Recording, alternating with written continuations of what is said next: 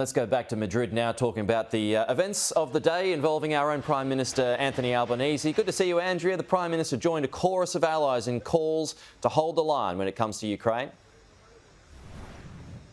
Pete, Anthony Albanese appearing to walk a similar line to that of Boris Johnson when he said that the price of freedom is worth paying for as long as it takes, but pushing Western allies to continue to back the war-torn country against Russian aggression.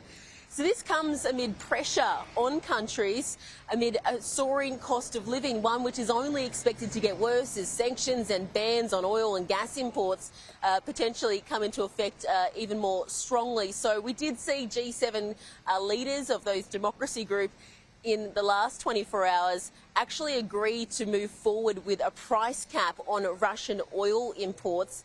This was amid fears that once these bans come into place, the price spikes could worsen even further, and also fears that the revenue from oil is actually helping fund Russia's war chest. So I asked Anthony Albanese about this balance between backing Ukraine but also these domestic concerns over the cost of living. It's a false dichotomy. We have no alternative. This is a moral position, first and foremost, that overrides everything, but it's also an economic position as well. Vladimir Putin should be under no illusion that the world is just going to say, oh, well, this is too hard, we'll just move. Pete, Anthony Albanese, he's aware that the response to Russia's war isn't just about helping Ukraine, but it also sends a warning to China. Now, meanwhile, there's been a massive breakthrough in NATO talks, with the path really cleared for Finland and Sweden, two countries which have applied to join the military alliance, really cleared for that to progress further. Turkey, it had been opposing that, but now it has said it will lift that opposition, so really making the pathway clear for them to come in.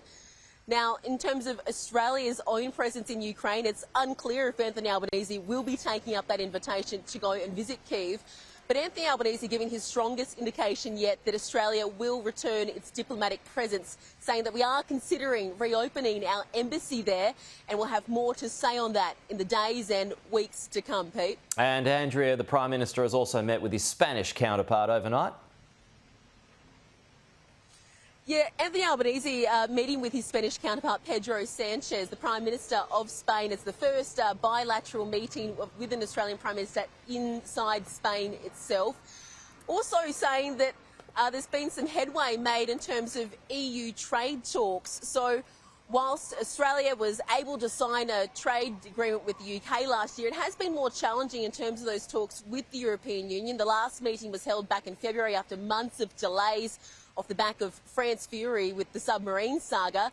Anthony Albanese now says after this meeting with his Spanish counterpart that really those talks are back on track. It was clear that there were two impediments there. One was the Australian relationship with France and the breakdown that had occurred in recent times, given France's leadership role in Europe. And the second was Australia's position on climate change, where the perception by Europe and indeed by the world that Australia was a handbrake on global action on climate change was clearly hindering our capacity to enter into economic relationships with our European friends. The Prime Minister hopeful of accelerating the process now in terms of developing that trade agreement, but any deal would still be taking at least 18 months. Now, Anthony Albanese has been busy this afternoon here in Madrid. He also caught up with the Netherlands Prime Minister as well as South Korea's President before wrapping up his evening at a gala hosted at the Royal Palace of Madrid, where he came face to face with other NATO world leaders for the first time, Pete. OK, Andrea Crothers, busy morning in Madrid. Thank you. We'll talk to you next hour.